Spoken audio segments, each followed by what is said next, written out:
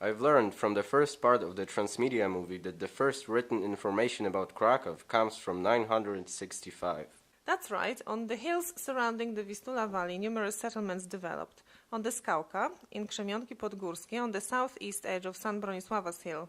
In the middle of 11th century, when Kraków had already become the capital city of Poland, the residence of rulers and the seat of the bishop, approximately 30 Roman Catholic churches had been erected. St. Andrew's, St. Benedict's, St. Wojciech's, as well as numerous monasteries and a school at the cathedral with a well-equipped library. The fortified borough of Oku already displayed urban character. There was a square in the place where the Maria Magdalena Square is located now, and Podkole with a marketplace where Dominikański Square is situated at the moment. Rapid development of settlements was halted by the Tatar invasion, during which the wooden city of Kraków was burnt to the ground. During the first Tatar raid, the invaders were unable to take St. Andrew's Church, also called the Lower Castle. The church provided refuge for the inhabitants of the settlements of Oku.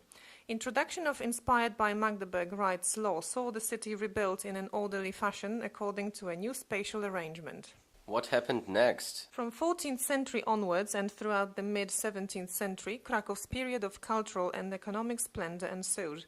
The city was the largest center of intellectual and scientific life in Poland. Craftsmanship, architecture, sculpture and painting thrived. Witstwosz, Polish sculptor and painter, Santi Gucci, an architect and painter of Italian origin. Imagine, my great-grandmother who lived in those times spoke fluent Latin. What?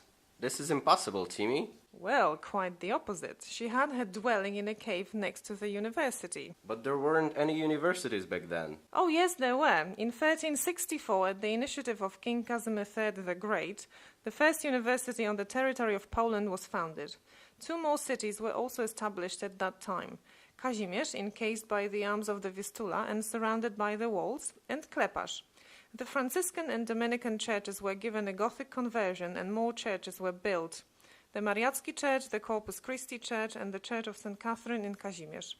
Reconstruction works at the Wawel Cathedral and the castle were carried out. The medieval market hall, Sukiennica, the city hall and other public institution buildings were also modernized. But as far as I know, Krakow is not the capital city of Poland. No, not since the end of 16th century, where the royal residence was moved to Warsaw.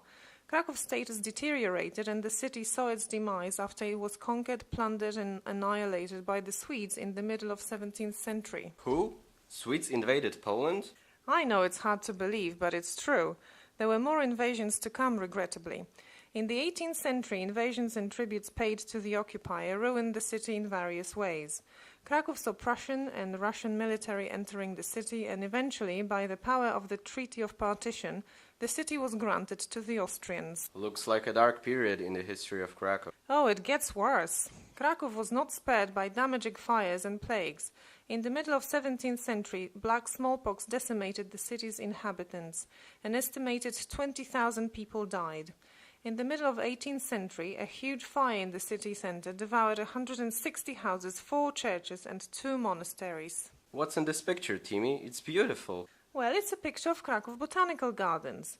Despite all of those damages and horrific events, this period marked important changes for the city, for example, the reform of the Kraków Academy. Institutions like Botanical Gardens, Astronomical Observatory and a clinic were founded. Overall cultural life intensified. The old theatre was founded then. Do you know how the area changed under the Austrian rule? Austrian oppressors began to construct the city directly in competition with Kraków, Podgórze. At later stages, it was in Podgórze that major production plants were located, like cement factory in Bonarka, sodium bicarbonate plant in Solvay. Austrians demolished many buildings, including churches, St. Stefan's Church, St. Maciej's Church, the Small Way House.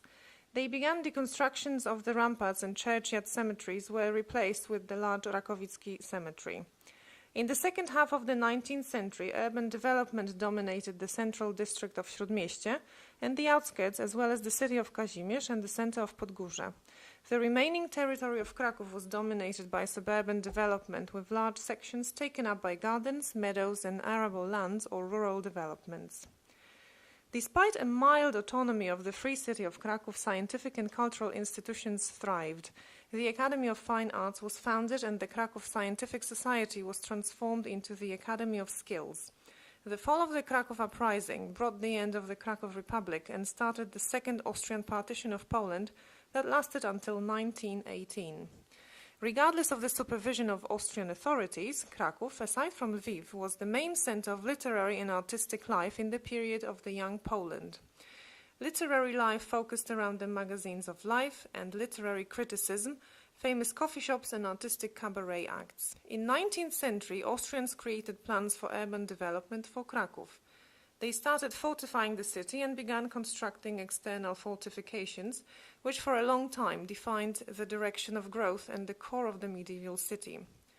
Between 1907 and 1915, plans were made to regulate the zoning development for the area of larger Kraków, namely to connect 14 new districts and to expand the grounds of the city. In the period between the wars, development of University District started, works on the Second Ring Road and the network of trams and railways were completed. The territory of the city expanded during the Second World War. And what happened after the war? Why don't you follow that historical thread and gather some information about it yourselves? You can avail of all of the resources in the museums or city archives, as well as scientific online databases.